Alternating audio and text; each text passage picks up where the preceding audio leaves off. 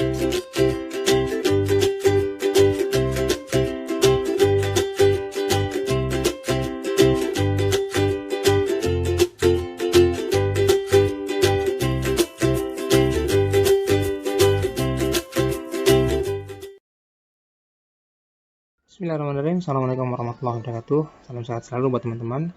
Pada hari ini saya akan mencoba untuk melanjutkan pembahasan sebelumnya ya, yaitu Image Scanning on Digital Repro Part 2. Oke, pada pertemuan kali ini kita akan membahas beberapa item. Di antaranya ada Scan Quality, kemudian ada Computer Connection between scanner tentunya ya. Kemudian ada Scanning Method, bagaimana proses scanning. Kemudian Output Data. Dan terakhir adalah dokumen processing. Oke, 5 item ini mudah-mudahan kita bisa bahas dan teman-teman bisa mendapatkan informasinya secara detail dan lengkap ya di sini di program e-learning. Baik, selanjutnya adalah pembahasan scan quality atau kualitas dari scanner. Nah, untuk pembahasan kualitas pada scanner biasanya sudah embed dari fitur scanner yang teman-teman gunakan. Sebagai contoh, sebelah kiri saya ambil display dari scanner Develop Ineo Plus 3070. Mesin ini merupakan mesin print production yang memiliki scanner yang include dengan printer unitnya. Nah, dan apa aja yang ditawarkan sebenarnya dari scan quality pada mesin ini? Oke, kita bisa lihat di nomor 1 teman-teman bisa melihat pengaturan untuk original setting ya. Original setting ini adalah pengaturan untuk originalnya atau file yang akan teman-teman scan. Nah, pengaturan original ini umumnya hanya membaca ukuran atau posisi scanningnya aja. Jadi seperti ini, teman-teman ada huruf A, posisinya portrait. Kalau teman-teman rotate ke arah sebelah kiri, jadi dokumennya nanti akan landscape ya, A-nya kebalik. Kemudian dari posisi portrait ini ada pilihan all image, yaitu pengaturan seluruhan dari image yang di scan. Tentunya kalau kita cuma partial image, misalnya kertas kita gunakan ukuran A3 tapi yang kita scan hanya ukuran A4 nya aja, dia bisa partial image. Nanti kita setting untuk ukurannya berapa, bisa setting di bagian bawah. Kemudian ada quality adjustment, ini untuk pengaturan warna, khususnya sih lebih mendetail terhadap screeningnya atau terhadap warna lebih bluish, reddish atau greenish ya. Selanjutnya di nomor 4 ada pengaturan zoom atau perbesaran. Pengaturan perbesaran di sini bisa kita setting untuk berapa kali perbesaran. Kemudian pengaturan yang kelima itu adalah pengaturan untuk warnanya. Warna yang kita gunakan bisa grayscale atau black atau full color atau color. Bedanya antara full color dan color tentunya full color lebih ke kelengkapan warnanya ya. Sebenarnya hampir sama aja ya, sama antara full color dan color. Namun yang berbeda adalah grayscale dan black, mohon maaf. Jadi kalau grayscale itu lebih ke arah abu-abu, tapi abu-abunya memiliki unsur untuk komponen warna RGB, sedangkan kalau black ya pure black aja. Oke, kemudian color space yang di ini adalah jangkauan warna, yang maksudkan di sini adalah jangkauan warna.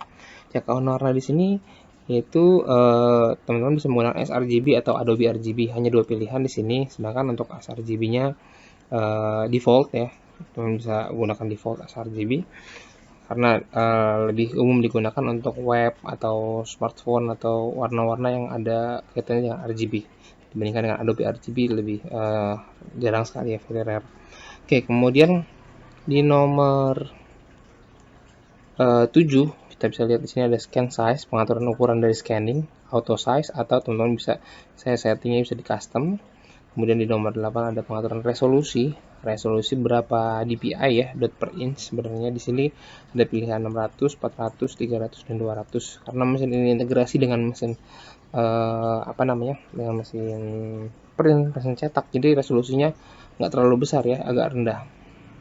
Kemudian di nomor 9 ada pengaturan untuk otomatisasi ketika teman-teman menggunakan simplex atau duplex scanner ya, dimana scanner develop ini dia punya dokumen feeder, dimana teman-teman bisa meletakkan dokumennya di atas dokumen feeder dan tinggal pilih start scan, dokumen akan dicetak secara otomatis, bisa satu sisi atau dua sisi sekaligus.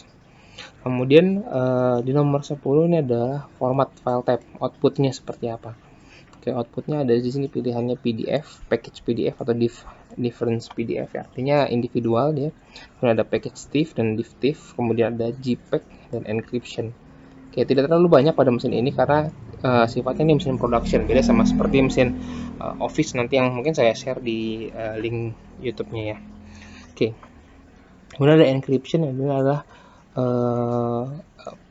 fitur untuk membuatkan tambahan security ya, seperti password gitu ya. Ketika teman-teman akses dokumen tadi, misalkan di file PDF teman-teman ketika dibuka, karena dokumennya cukup secure, jadi harus dimasukkan password untuk pembukaan dokumennya. Kemudian di nomor 11 ada address, alamat tujuan scanning. Kebetulan di mesin ini bisa teman-teman untuk workflow-nya bisa melalui FTP atau SMB, nanti kita jelaskan setelah slide yang ini ya untuk metodenya. Kemudian FTP atau SMB, kemudian juga bisa email. Di sini contohnya email ada body text-nya, kemudian text-nya juga bisa kita setting untuk scan untuk email. Kemudian nomor 12 adalah file name, dan bisa modifikasi file name-nya, nama filenya, dan terakhir yaitu color kompresi. Seandainya teman-teman mau mengkompresi warna. Nah, saya bisa aja teman-teman nanti boleh ambil sampel atau coba di review scan quality yang ada di dalam setup dari scanner yang teman-teman miliki atau scanner yang teman-teman jumpai. Nah, seperti apa aja scan quality-nya? Umumnya sih hanya ada pengaturan warna ya. Tentunya ada pengaturan warna, dokumennya mau warna apa, hitam putih. Oke, RGB tentunya. Kemudian color depth-nya ya, color depth kedalaman warna, ada berapa yang ada pengaturan kedalaman warna ini, 24 bit atau 36 atau sampai maksimum 48 bit. Kemudian ada pengaturan resolusi, ini kaitannya sama detail, kemudian juga filenya juga semakin besar sampai semakin kecil kalau seandainya resolusinya dibikin lebih tinggi. Di sini untuk flatbed scanner sekarang ya sudah mampu menghasilkan scanning yang cukup tinggi, resolusi sampai 5400 ppi pixel per inch, dan sedangkan drum scanner itu resolusinya antara 3000 sampai 24000 ppi yang ada sekarang. Nah, untuk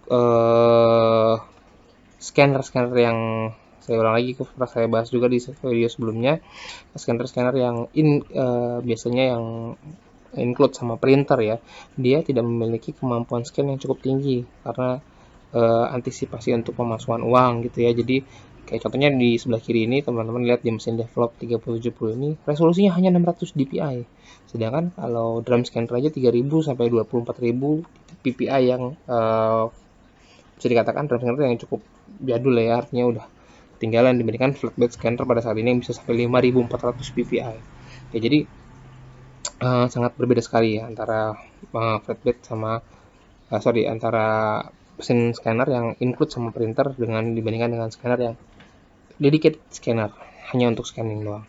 Kemudian untuk scanner yang teman-teman menggunakan aplikasi atau dari handphone, ya berarti untuk resolusinya atau kualitasnya ya balik lagi terhadap kualitas dari kamera handphone sendiri itu. Oke, jadi umumnya sih pengaturan warna, kemudian ada pengaturan resolusi, pengaturan file format, file type. Nah, ini pengaturan file format yang nantinya teman-teman akan jadikan format seperti apa setelah di scan gitu kan ya. Itu yang biasanya ada di menu scan quality dari masing-masing printer. Kemudian bagaimana computer connection interface, hubungan antara scanner terhadap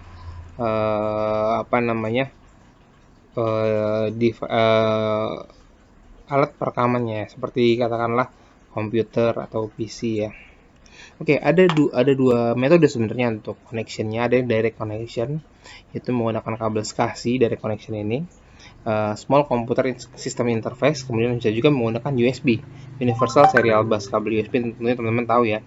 Ada lagi kabel Twain atau melalui jaringan WIA, Windows Image Acquisition. Ini biasanya default ada di dalam Windows, teman-teman tinggal scanningnya mudah sekali. Nanti saya tunjukkan bagaimana caranya untuk scan melalui WIA atau Twain.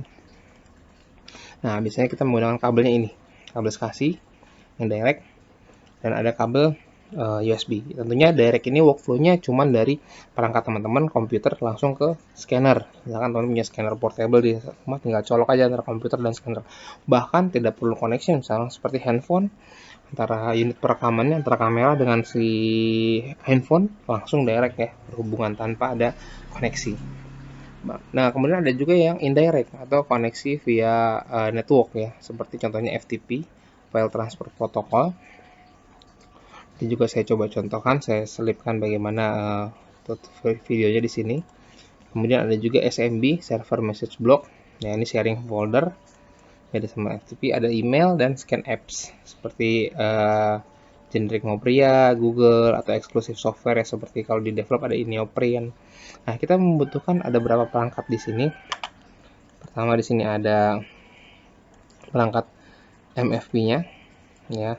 Kemudian di sini ada yang membuat dia menjadi indirect, tentunya ada hub atau router. Kemudian ini tujuannya, komputer, laptop ataupun smartphone.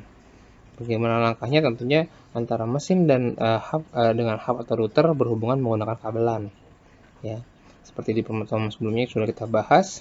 Kemudian dari antara router ke PC itu juga menggunakan kabelan, sedangkan untuk ke laptop dan smartphone teman bisa pakai WiFi gitu. Jadi ini indirect, tidak langsung ke perangkatnya, namun teman tidak langsung ke sini, cuman teman-teman menggunakan penghubung ya, tidak langsung ada penghubungnya berupa hub atau WiFi atau router ya.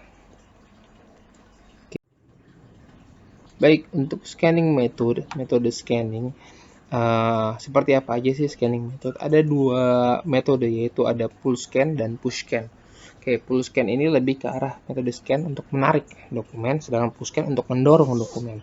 Oke, ini lebih ke arah metode cara kerjanya aja. Ya, kalau teman-teman lihat di sini saya ambil dua sampel, ada di sebelah bawah adalah mesin MFP multifunction printer ya, dimana printer include sama scanner yang develop in seri Neo Plus 25. Nah, mesin ini ukurannya A4, bisa scan ukuran A4, bisa print ukuran A4 full color.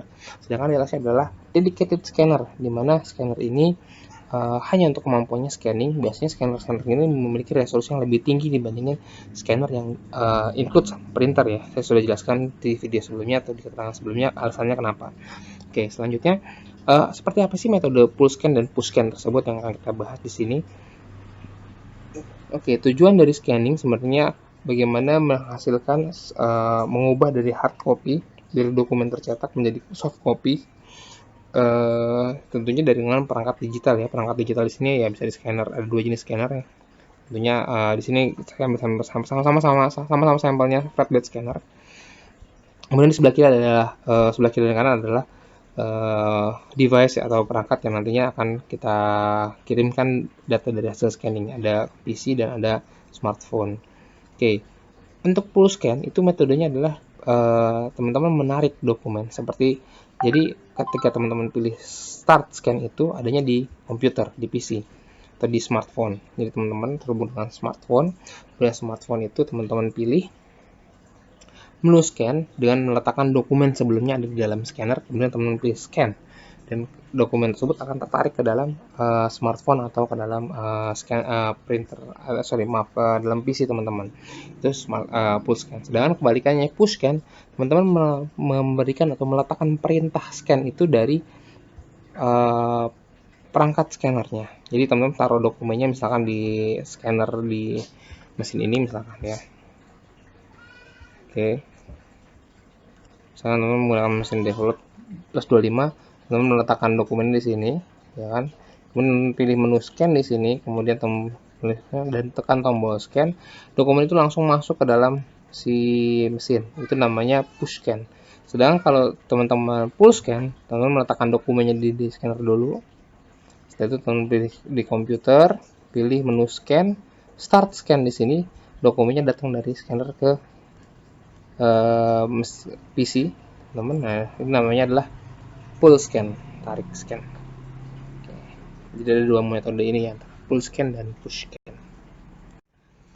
Selanjutnya output data, ada apa aja sih output data yang umum ada di dalam menu scanning ini. Ketika scanner, teman-teman bisa mendapatkan beberapa output data ya. Biasanya ada TIFF, tag image file format, bentuknya image. Kemudian ada juga JPEG, Joint Photographic Expert Group, ini juga sama-sama format image ya, tentunya RGB base, karena scannernya umumnya RGB kan pastinya, kecuali kalau ada konversi dulu di dalam optional di dalam scannernya.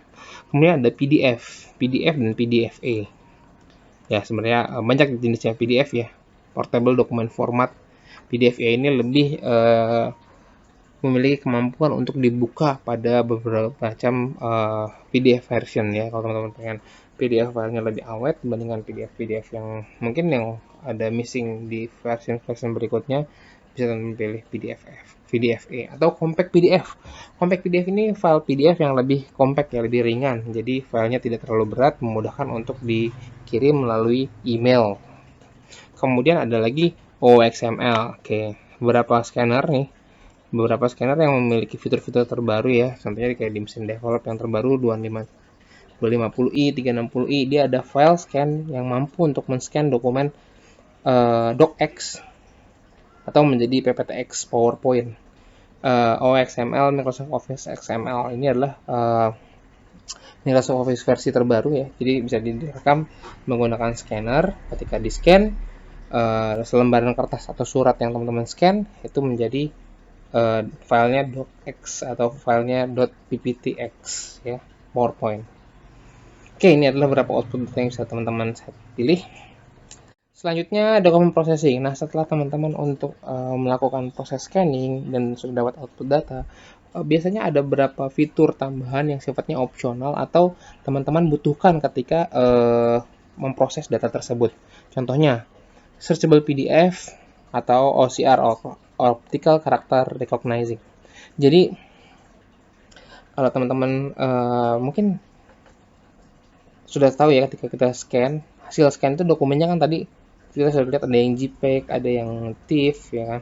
Tentunya lebih ke arah image. Tadi ada beberapa yang docx yang terbaru.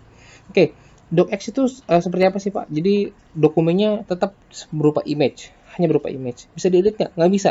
Teman-teman harus tambahkan yang namanya OCR dulu. OCR-nya adalah Optical Character Recognition, di mana dokumen yang sudah teman-teman scan, sudah di-scan, itu hasil scan ini berupa image-nya tersebut bisa teman-teman optical karakterkan ya. Jadi image tersebut bisa dibaca sama dia huruf per huruf. Akhirnya si software tersebut bisa menerjemahkan bahwasanya oh image ini hurufnya A, B, C dan seterusnya. Nah, itu adalah OCR system dan akhirnya dokumen tersebut menjadi teks dokumen.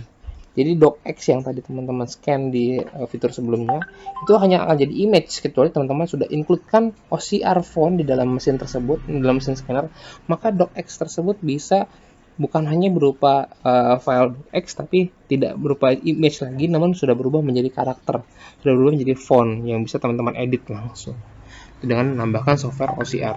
Bisa terpisah ya, artinya di luar dari scanner atau embed sama scannernya ya. Untuk beberapa scanner seperti MFP scanner itu bisa kita install, bisa kita pasang tambahan OCR fontnya. Begitu juga seperti barcode recognizing, ini seperti scanner yang teman-teman lihat di kasir-kasir ya.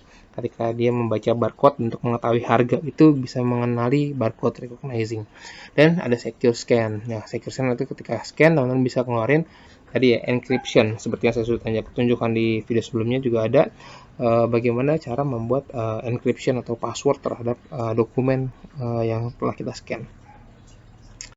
Oke, baik, itu yang bisa saya sampaikan pada pertemuan kali ini. Seandainya ada pertanyaan atau ada hal-hal yang diskusikan, bisa ditanyakan di kolom komentar atau kita bisa bahas di kelas. Mungkin kurang lebihnya itu aja ya. Saya mohon maaf. Wassalamualaikum warahmatullahi wabarakatuh.